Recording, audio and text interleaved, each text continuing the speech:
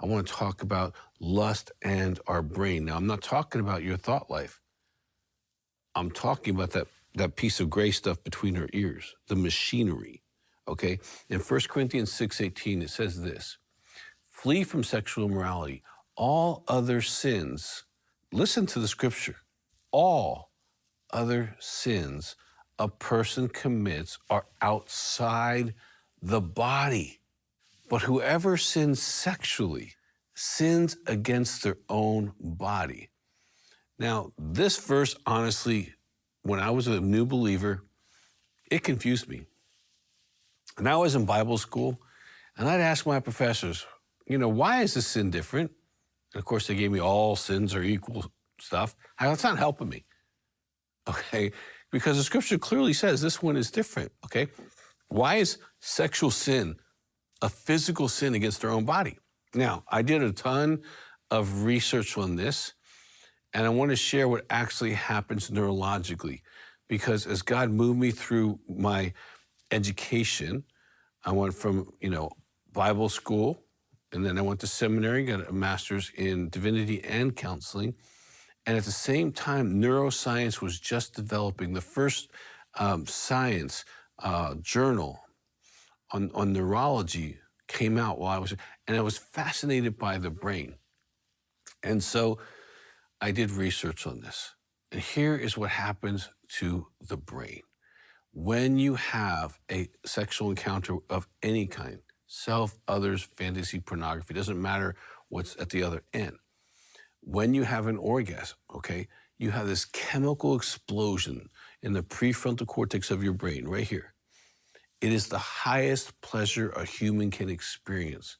It is mind-blowing. And if you've had one, you know what I'm talking about, okay? This neurological reinforcement is the highest schedule reinforcement you have. And whatever you're looking at, this is the way you're made. And man, there's so much I can unpack here. But the way you're made is whatever you're looking at during that encounter, you will literally crave and desire to repeat. This is how people become addicted. And it's also how they stay attached in marriage. Now, your brain, the gray matter, cannot distinguish between real or imaginary, okay? If I show you a baseball, your brain will light up in a certain way. If I say imagine a baseball, your brain will light up exactly the same place. And this is why pornography and other things like that are so dangerous, okay? Because pornography creates a neurological pathway, seeing a woman or a man as an object with no soul. Let me say that again. It chemically rewards you for seeing a woman or a man as an object with no soul. You see them and you reinforce them as one-dimensional, not as daughters or sons of God, not as spirit, soul, and body, not as moms and, friends, but a soulless image, okay? And you reward your brain with the highest chemical reward while you're doing this activity. And this is why so many men are publicly objectifying women, because privately they're rewarding themselves for objectifying and removing the souls of women with the highest chemical response in the brain. And because they've done this hundreds or thousands of times. Now, I'm telling you this as a counselor. For 40 years, I've done more men's sexual history than probably any man on the planet. And I mean that. For 40 years, that's what I did every Monday, Tuesday, Wednesday, Thursday, Friday, okay? And when you feel like a man is literally scanning you up and down, that neurological reinforcement, seeing you as an object, is usually what's going on. They're seeing you as an image. And again, you're not an object, okay? You're a being. You're actually an eternal being. You actually can't even be defined.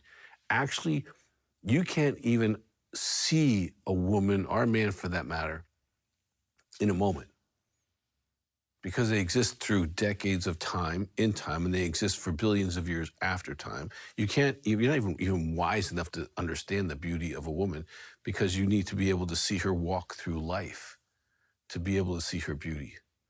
Okay, beauty is an arc, and you need to see it over decades. You can't see beauty in a moment. You get a glimpse of beauty, but to really see beauty, you have to be there for decades, okay? And that you are a daughter of God, no matter what someone else does.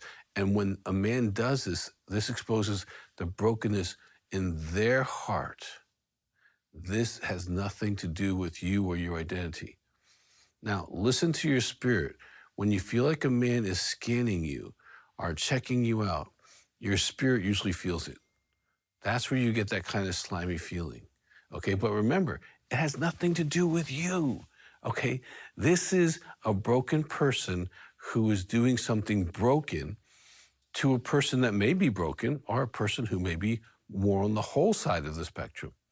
Because it doesn't matter who you are as a soul or as a spirit to them, because their brokenness gives them permission to objectify you, reduce your soul. It's kind of like in those movies, you know, where the alien comes in and sucks out the soul of somebody, right? Okay, it's kind of like that, okay? And then the alien invades and they become the zombie, right? So it's kind of like that. We're a man or woman, because women are looking at pornography and objectifying women and men more than any time in world history. Because of the internet, women engage in this behavior as well. So this is not a bash on a gender.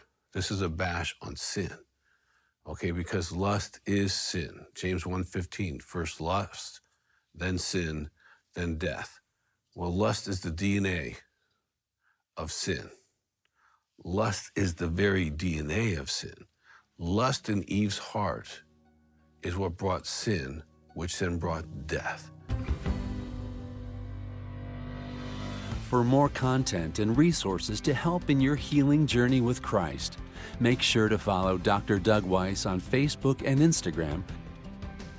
If you'd like to share full episodes of this show with friends and family, subscribe to Healing Time Ministries on YouTube, and feel free to leave us a comment on any of Dr. Doug's social media platforms. Our team would love to hear your feedback and learn how Healing Time is impacting your life, your church, and your ministry.